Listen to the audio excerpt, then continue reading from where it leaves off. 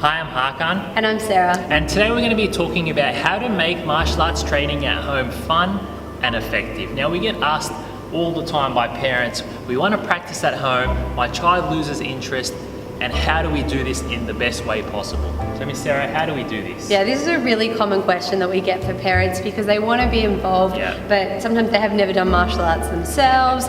Or they may have done martial arts themselves and it's changed a little bit, or the kid's not listening to them.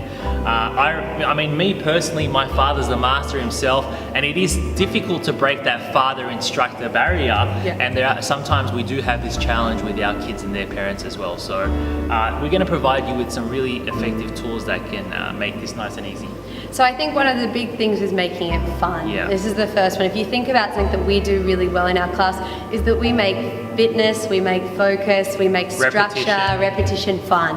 And so it's about disguising it. And remember, with kids, they don't really like being told what to do. We want to get them to do what we want them to do, but without telling them necessarily exactly straight up. The best way to do this is to ask them questions. You know? Engage with them, prompt a response from them, and often that's going to get them in the right mind frame. Exactly right, Mr. Hakan. So it's about being involved. It's not necessarily about telling them everything that you know about a certain kick or a technique, but it's about getting them to ultimately practice. And so if we want to improve, ultimately it comes down to a minute of how much practice have you done, how much are you extending your leg, and how are you doing this, and how are you aiming to improve this. Definitely. So I guess one of the big things is just to start off with, ask questions. Which kick are you practicing? Which part of your foot are you using with this? And sometimes even pretending that they're teaching you can be a really great strategy. And that's a really great confidence boost for kids because they feel like they're equals, that they're giving something back to you rather than it becoming a chore and hard work.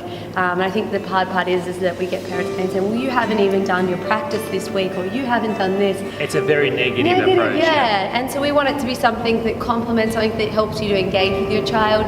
And it doesn't have to be a very long time. No, exactly right. So most kids are coming twice a week, 2 to 3 times a week.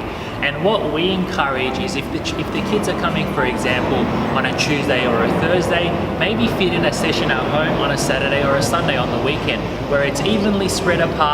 So they're doing their regular sessions at home, in class, and they're also complementing it with one session at home, one or more, to further develop that repetition and just reinforce what they're doing in class. Without anything else going on. It's just them. It's just about them getting the kicks in their own time and moving on when they're ready.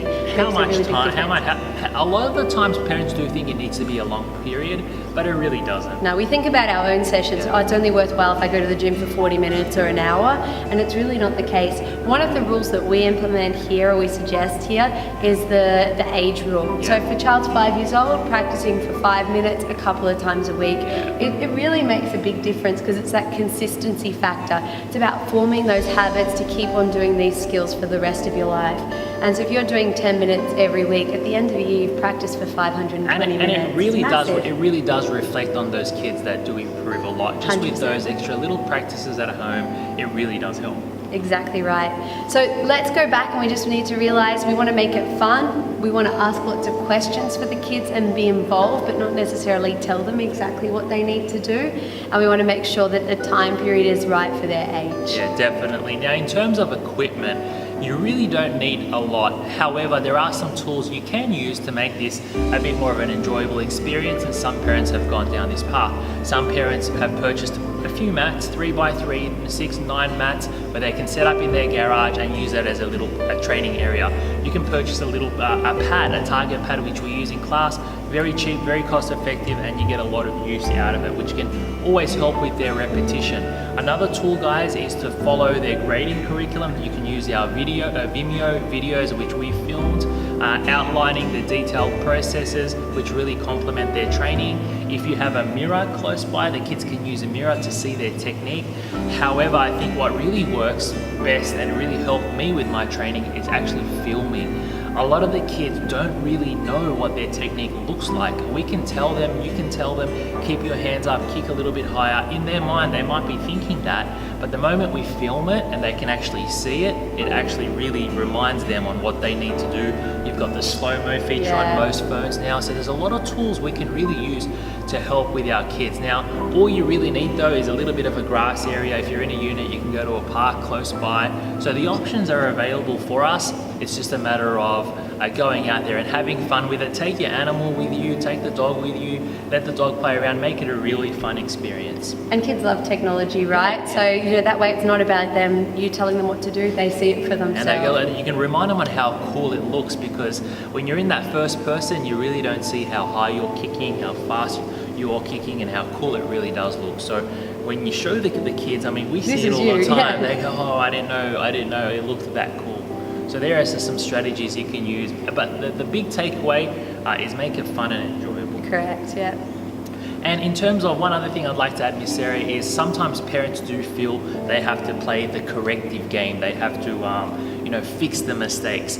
Leave that up to us. I think what the best way to go about it is you can look at it generally and just really encourage them to practice and go through the motions. Let's go higher, let's go faster. Focus, look at your target, keep your hands up. These are general things that anybody can look at with zero martial arts experience, and we can really focus on those. However, in terms of shape of the foot, the technique, the angles, we can leave that up to their teachers. Exactly right. And if you are seeing that there's something that they're not doing correctly, or they're not sure what they should be doing, that's a really great way for you to prime your child to have a conversation with their teacher and ask for help.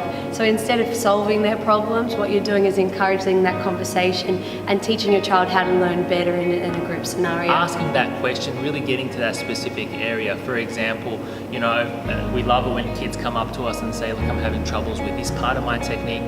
It shows us that they're really focusing and they're thinking about it. That's right. Yeah, that's active learning then. The child's thinking, which part of my foot do I use? Which way does my foot strike with this one? It's great to see them engaging like that. Thank you guys. We really hope that this video has helped, and we want to make sure that those sessions are fun and they get the most out of it, and the kids will eventually improve so much. Exactly. Let's get practicing. Thank you.